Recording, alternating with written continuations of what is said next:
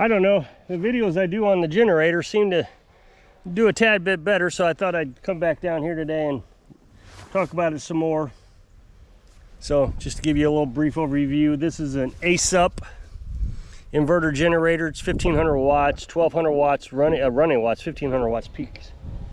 And I think it's a fantastic generator.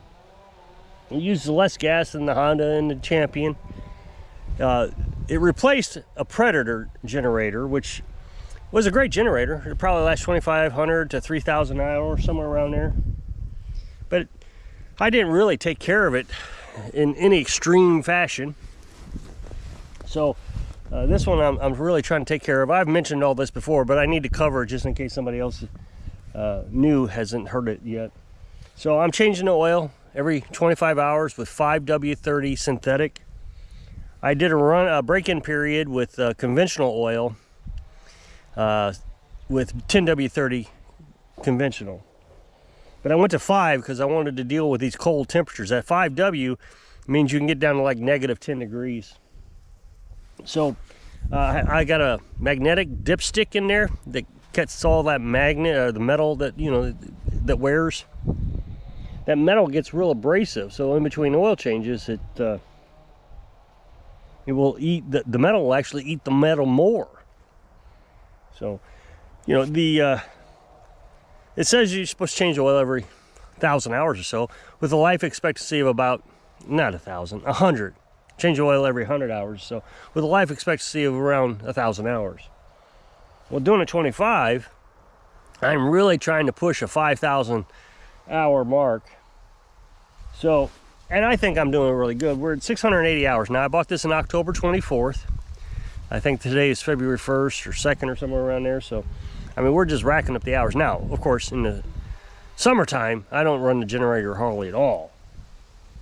So it'll get a good rest in the summertime. And that's actually good because in the summertime, it's actually harder with the heat than it is with the cooler temperatures in the winter. But the 6 degrees and, you know, the 0 degrees, that's pretty tough on an engine because the engine never gets hot enough to burn off the water that gets into the oil, which is inevitable. Every time it cycles, it puts a little bit of oil, or water in the oil. And as that mixes up, with gas, there's also gas that gets in there. It gets acidic and will start to deteriorate and pit the bearings and, you know, the rings, all of it. So changing to 25 hours, it never really gets a lot of water in it in the first place. And yeah, I run it on high RPM with the Eco off. So it's running 3,600 RPMs, which makes it run hotter. So I'm doing everything I can to preserve this. The other thing I'm trying to do is I try not to shut it off in really cold temperatures. So when we're down into the single digits, just let it run. Even if you don't need it, just let it run. It's better than short cycling it. By starting that engine in cold temperatures, you know, single digits, you start to get into where every time you start it, you lose 50 hours of possible runtime. So if you just let it run the 24 hours, yeah, you could argue, well, are you really saving anything? Well, let's say I start it 4 times in a 24-hour period. So that's 100 hours, no, 50, that's 200 hours of runtime that I could have had that I lost. But if I just let it run for the 25 hours, I only accumulate 25 hours. So it's better just let it run, and you lose less metal doing it that way. Believe it or not. At least that's what all the research I've done has told me. But with that magnet, I can actually rake that magnet across my hand, and I can see the different wear. So when I started a lot during that 25-hour oil period, I get a streak of metal on my hand, you know, and it's like a powder. It's you know, like baby powder. There's no grit to it. If it starts getting gritty, then you need to worry. But you run that across your hand, and it's about 1 inch long. But if I just let it run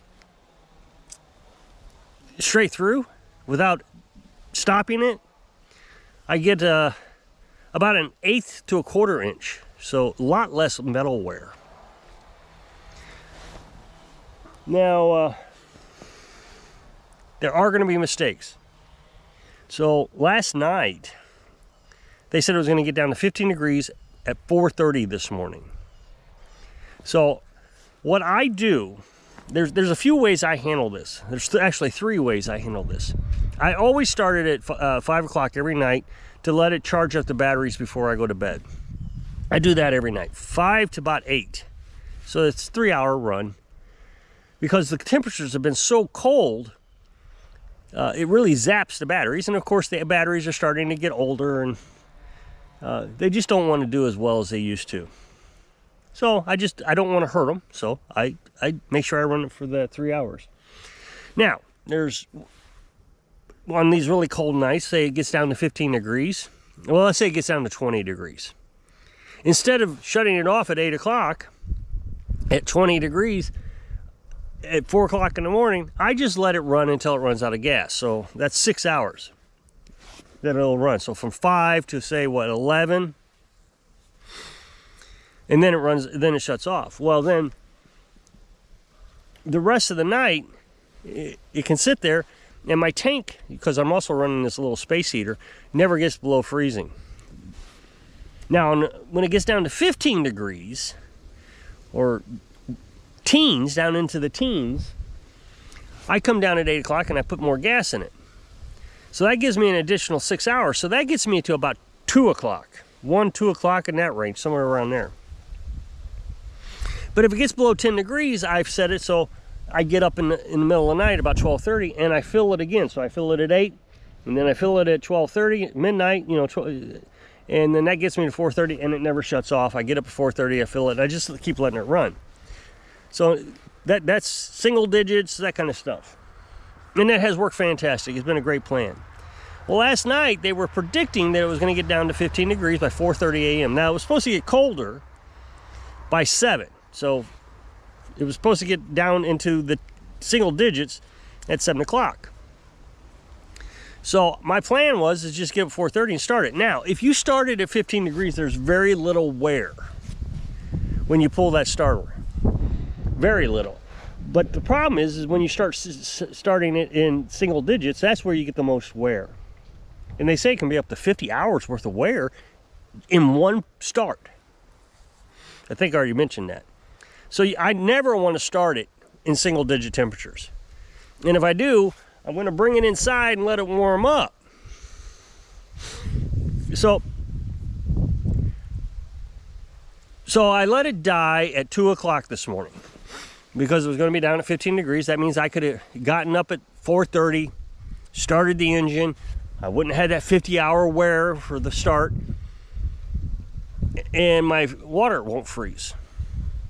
I had a great plan. Well, I woke up. It was so cold in the house at 3:30. Now, the engine died at 2 like it was supposed to. Well, somewhere in between 1 and 2. And I got up and it was just immensely cold. And I looked at the thermometer. It was 54 degrees. And I still had an hour's worth of sleep left.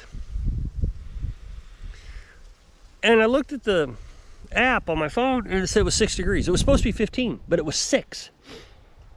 I was like, oh, no, this is terrible. Now, fortunately, I changed the oil last night. So it only had like 5 or 6 hours worth of runtime on the oil. That was just luck.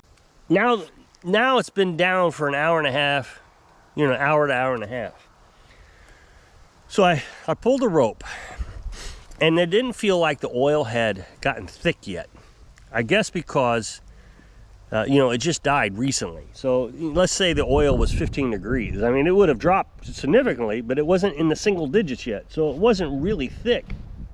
So I left it off, I shut the button off, and I pulled it 3 times to kind of splash that oil around to get everything lubricated before I started it. And then I turned it on, started it, and hopefully that worked. And I went up, started a fire.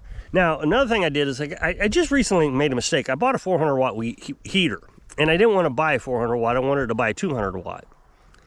And I debated whether I wanted to return it or not. And Carolyn said, no, let's keep it in case of an emergency or something. I don't know what we'd use it for. But this morning, I used it. I hooked it up so I could get this to run faster. Or harder, I should say. To burn more gas.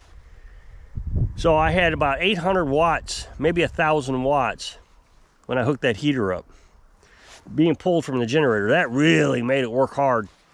And it heated that oil up quickly so I could get that water out of there. That was important to get that water out of there. Otherwise, I'd have just ate everything up.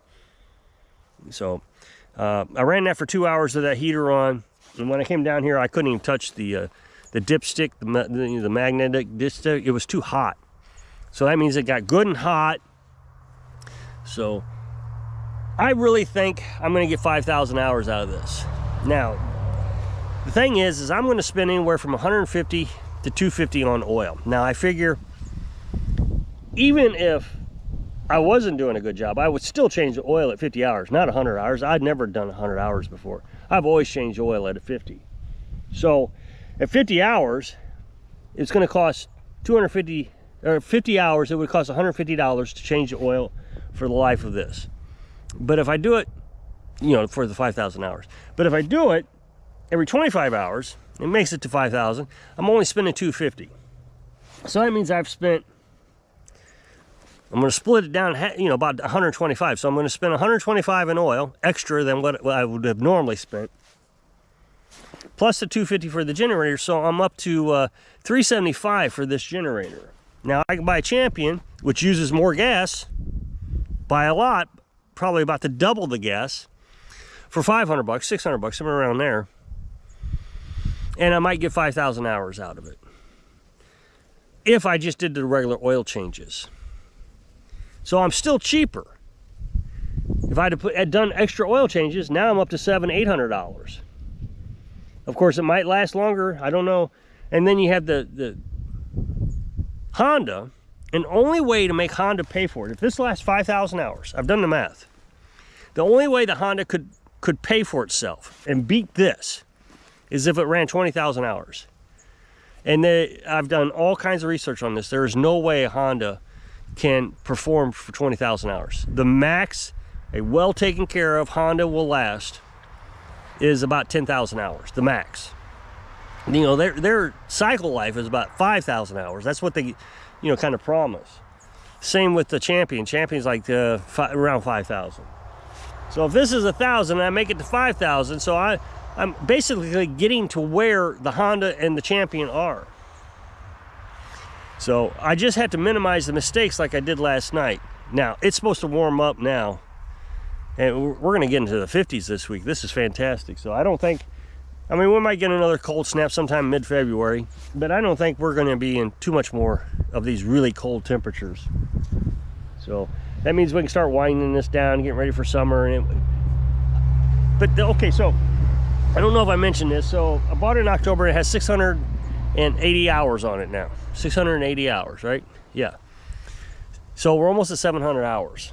So that means the average life expectancy of this is 1,000 hours, and I'm almost there. I got just I don't know, maybe another month left on this, month and a half, somewhere around there, if I continue running at the rate I have been. But like I said, I'm going to slow down. So by this time with that Power Smart, I was already starting to burn oil, because I was starting in cold temperatures and letting it run short cycles, and I just wasn't taking care of it like I should have been. It was such a cheap machine. But the thing is after 3 years, I was hoping it would last 4 or 5 years, but it only lasted 3 years. And I thought, you know, that's just not long enough for me. I wanted this to last a long time. So I'm just going to try. And nothing else. It doesn't hurt anything other than I'm wasting a little bit of oil. It doesn't hurt anything to see if I can make this work. And I would love to be able to prove to the audience that you don't need a Honda. You're using half as much gas as a Honda.